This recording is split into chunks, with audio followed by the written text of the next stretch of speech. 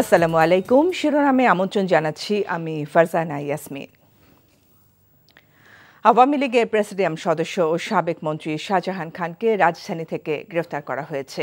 বৃহস্পতিবার মধ্যরাতে গোপন সূত্রে খবর পেয়ে যৌথ বাহিনীর এক অভিযানে ধানমন্ডি থেকে তাকে গ্রেফতার করা হয়।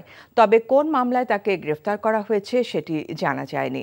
তার বিরুদ্ধে পরিবহন সেক্টরে চাঁদাবাজি ও নৈরাজ্য সৃষ্টির অভিযোগ রয়েছে। শাহজাহান খান ও তার ভাই, ছেলে সহ পরিবারের অন্যান্য সদস্যদের বিরুদ্ধেও জ্ঞাত আয় বহির্ভূত বিপুল সম্পত্তির তথ্য রয়েছে। এর আগে অনিয়ম, দুর্নীতি, অবৈধ সম্পদ অর্জনের অভিযোগে শাহজাহান খান সহ 5 মন্ত্রী, এমপির বিরুদ্ধে অনুসন্ধান করেন দুর্নীতি দমন কমিশন। গত 20 আগস্ট এই সংক্রান্ত অনুমোদন দেয় দুদক। নদী ভাঙে, সাথে ভাঙে শেষ ঠিকানা। স্মরণকালের ভয়াবহ বন্যায় ছোট ফেনী নদীর পাড় ভেঙে তলিয়ে গেছে সোনাগাজীর চর মজলিশপুর ইউনিয়নের কাটাখিলা গ্রামের বাড়িঘর। বসতভিটা হারাবার আতঙ্কে গ্রামবাসী। দ্রুত ভাঙন ঠেকানো না গেলে বাস্তুহারা হবে অনেকে। রনি রায়হানের ছবিতে ফেনী সোনাগাজী প্রত্যন্ত গ্রামের খবর জানাচ্ছেন হাসান মাহমুদ। উজান থেকে হঠাৎ করে নেমে আসার ঢলে হুড়মুড় করে ছোট ফেনী নদী উপচে ভেঙে পড়ে সব কিছু। ঢলের তোড়ে ভেঙে পড়ে হুগলি খালের সাথে ছোট ফেনী নদীর সংযোগ স্থলটি। পানি নেমে গেলেও সেই ক্ষতচিহ্ন বয়ে বেড়াচ্ছে চর মজলিশপুর ইউনিয়নের কাটাখালী গ্রামের মানুষ। নদীর ধারে গড়ে ওঠা অনেক বাড়িঘরও তলিয়ে গেছে নদীতে।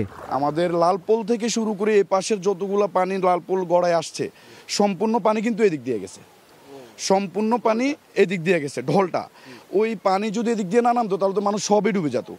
এখন এদিক দিয়ে যাওয়ার কারণে একদিন পানি গেছে, দ্বিতীয় দিন আমাদের এই জায়গাটা 1 ঘন্টার ব্যবধানে পুরা সাগর হয়ে গেছে। মানে এটা ভেঙে রাস্তাঘাট সবকিছু ভেঙে পানি উপর দিয়ে চড়ছে। ফেনীতে যে স্মরণকালের ভয়াবহ বন্যার ছোবল, তাতে জেলার সোনাগাজীর চর মজলিশপুর ইউনিয়নের কাটাখিলা গ্রামের ছোট ফেনী নদী পাড়ের মানুষ এখন নদী ভাঙনের আশঙ্কায়। যে কোনো সময় ভেঙে পড়তে পারে তাদের ভিটে মাটি। আতঙ্কে কাটে রাত দিন।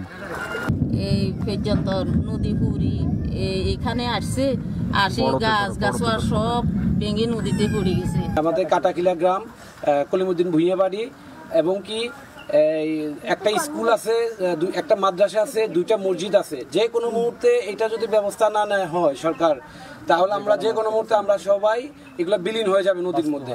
আর খুচরা ব্যবস্থা হয়ে গেছে, আর খুচরা কোথায় যাবে জায়গা নাই। এই হচ্ছে নদীর ভাঙন এবং এই হচ্ছে ঘর। এই ঘরটি তারা কিন্তু 4 হাতের সম্মান হবে, তারা কিন্তু ইতিমধ্যে কিন্তু এই বাড়িটি সরিয়ে নিয়েছে। নদী ও খাল সংস্কার করে নোয়াখালীর কোম্পানিগঞ্জের ভেঙে যাওয়া মুসাপুর ক্লোজার ঠিক করার দাবি এলাকাবাসীর। Hasan Mahmud, NTV news, Sonagazi, Feni. বন্যা পরিস্থিতির খবর জানতে যাচ্ছি কুমিল্লায়। এই মুহূর্তে সেখানে আছেন স্থানীয় প্রতিনিধি মাহফুজ নান্টু। নান্টু, বানের পানি কি পুরোপুরি নেমে গেছে? এখনকার পরিস্থিতি আমাদের জানান।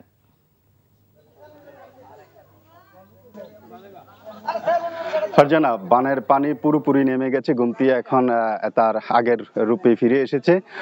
পানি এখন জনপদ থেকেও নেমে গেছে। তো মানুষ এখন আশ্রয়কেন্দ্র থেকে তাদের বাড়িঘরে ফিরছেন এবং তাদের বাড়িঘরে ফিরেই তারা এখন তাদের বাড়িঘর পরিষ্কার করার কাজে ব্যস্ত হয়ে পড়েছেন। আমরা খবর নিয়ে জানলাম এখন পর্যন্ত কৃষি খাতে 850 কোটি টাকার মতো ক্ষতি হয়েছে, মৎস্য খাতে 400 কোটি টাকার মতো, গবাদি এবং অন্যান্য খাতে প্রায় 350 কোটি টাকার মতো। সব মিলিয়ে বলা যায় প্রায় 3000 কোটি টাকার ক্ষতি ছাড়িয়ে গেছে এই বন্যায়। এখন পর্যন্ত আমরা যেই খবর পেয়েছি, কৃষকরা তাদের মাঠে ফিরছেন, তারা আবার ঘুরে দাঁড়ানোর চেষ্টা করছেন। সব মিলিয়ে বলা যায় যে কুমিল্লার এই সব ভয়াবহ বন্যায় ব্যাপক ক্ষতি করে গেছে। বিশেষ করে রাস্তা অন্তত 1000 কিলোমিটার সড়কের ক্ষতি করে গেছে এই বন্যা। এবং এলজিডি এবং সড়ক ও জনপদ তারা জানিয়েছেন যে খুব শীঘ্রই তারা এই অ্যাসেসমেন্ট শেষ করেই তারা এই সড়ক উন্নয়নের কাজে নেমে পড়বেন। পাশাপাশি যে কৃষি এবং পোলট্রি খামারি আমরা তাদের সাথে কথা বলেছি।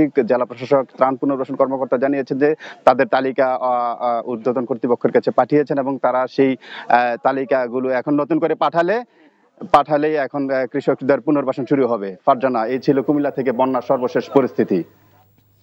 সিএনজি অটোরিকশা চালকদের সাথে দ্বন্দ্বের জেরে কুষ্টিয়ায় অনির্দিষ্টকালের জন্য বাস ধর্মঘট শুরু করেছে জেলা পরিবহন মালিক শ্রমিক ঐক্য পরিষদ। সকাল থেকে দূরপাল্লা সহ জেলার সকল রুটে সব ধরনের বাস চলাচল বন্ধ রয়েছে।